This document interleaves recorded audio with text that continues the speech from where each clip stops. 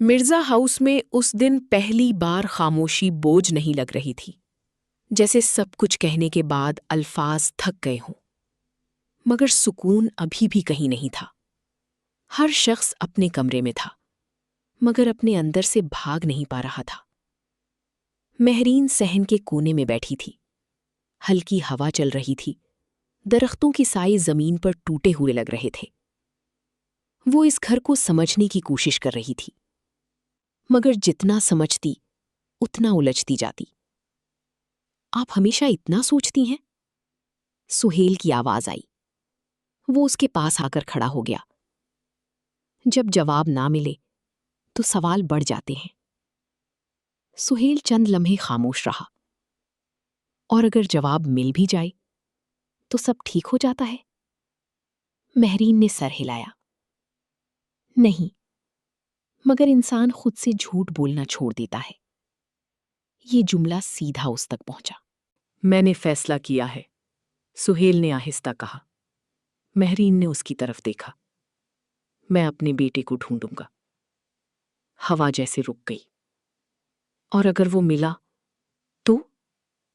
تو میں سب ٹھیک کرنے کی کوشش کروں گا۔ مہرین نے آہستہ پوچھا۔ اور اگر نہ ملا؟ سہیل کی نظریں دور کہیں ٹھہر گئیں۔ تو میں خود کو کبھی معاف نہیں کر پاؤں گا۔ اسی لمحے دعا دور سے انہیں دیکھ رہی تھی۔ وہ پہلی بار مسکرائی، ہلکی سی، پھر آہستہ سے حاذق کے پاس جا کر بولی، بھائی جان بدل رہی ہیں۔ حاذق نے بھی ان دونوں کو دیکھا۔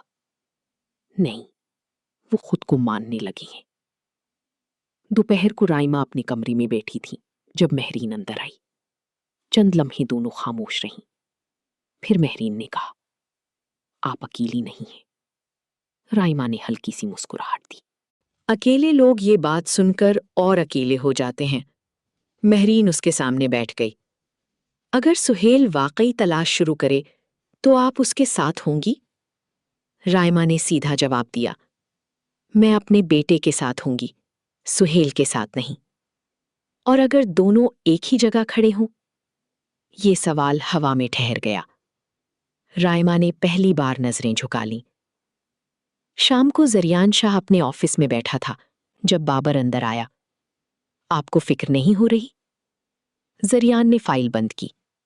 کس بات کی؟ سہیل اب سچ ڈھونڈنے جا رہا ہے۔ زریان نے ہلکا سا مسکرا کر کہا، لوگ سچ نہیں ڈھونڈتے، اپنے لیے مناسب کہانی ڈھونڈتے ہیں۔ بابر نے سنجیدگی سے پوچھا، اور اگر اس بار وہ سچ تک پہنچ گیا؟ زریان کی آنکھوں میں ایک عجیب سی چمک آئی۔ پھر کھیل ختم ہو جائے گا یا شروع؟ رات کو خدیجہ بیگم اپنے کمرے میں بیٹھی تھیں۔ مہرین دروازے پر رکی۔ آ جاؤں؟ تمہیں اجازت کی ضرورت نہیں۔ مہرین اندر آ گئی۔ آپ نے کبھی سہیل سے معافی مانگی؟ یہ سوال سیدھا تھا مگر بھاری۔ خدیجہ بیگم کی آنکھیں نم ہو گئیں۔ ماں اپنے بچوں سے معافی نہیں مانگتی، بس خاموشی سے برداشت کرتی ہے۔ مہرین نے آہستہ کہا، کبھی کبھی معافی مانگنا ہی سب سے بڑا سہارا ہوتا ہے۔ کمرے میں خاموشی چھا گئی۔ یہ بات صرف سننے کے لیے نہیں تھی، سمجھنے کے لیے تھی۔ اسی رات سہیل اپنے اسٹڈی میں بیٹھا تھا جب مہرین دروازے پر آئی۔ آپ نے واقعی فیصلہ کر لیا ہے؟ ہاں۔ یہ آسان نہیں ہوگا۔ میں آسان زندگی جینے کا عادی نہیں ہوں۔ مہرین چند قدم اندر آئی۔ میں آپ کے ساتھ ہوں۔ سہیل نے چونک کر اس کی طرف دیکھا۔ کیوں؟ کیونکہ کچھ کہانیاں صرف سننے سے مکمل نہیں ہوتیں، جینے سے ہوتی ہیں۔ چند لمحے دونوں خاموش رہے۔ پھر سہیل نے آہستہ کہا، آپ کو اندازہ ہے یہ راستہ آپ کو کہاں لے جا سکتا ہے؟ مہرین نے ہلکی سی مسکراہٹ کے ساتھ جواب دیا، جہاں سچ ہو وہیں جانا چاہیے۔ اچانک سہیل کا فون بجا۔ اسکرین پر انجان نمبر تھا۔ اس نے کال اٹھائی۔ چند لمحے خاموشی رہی۔ پھر ایک مرد کی آواز آئی، اگر اپنے بیٹے کو دیکھنا چاہتے ہو تو اکیلے آنا۔ سہیل کا چہرہ سخت ہو گیا۔ کون ہو تم؟ سچ جو تم سے چھپا رہا گیا۔ کال کٹ گئی۔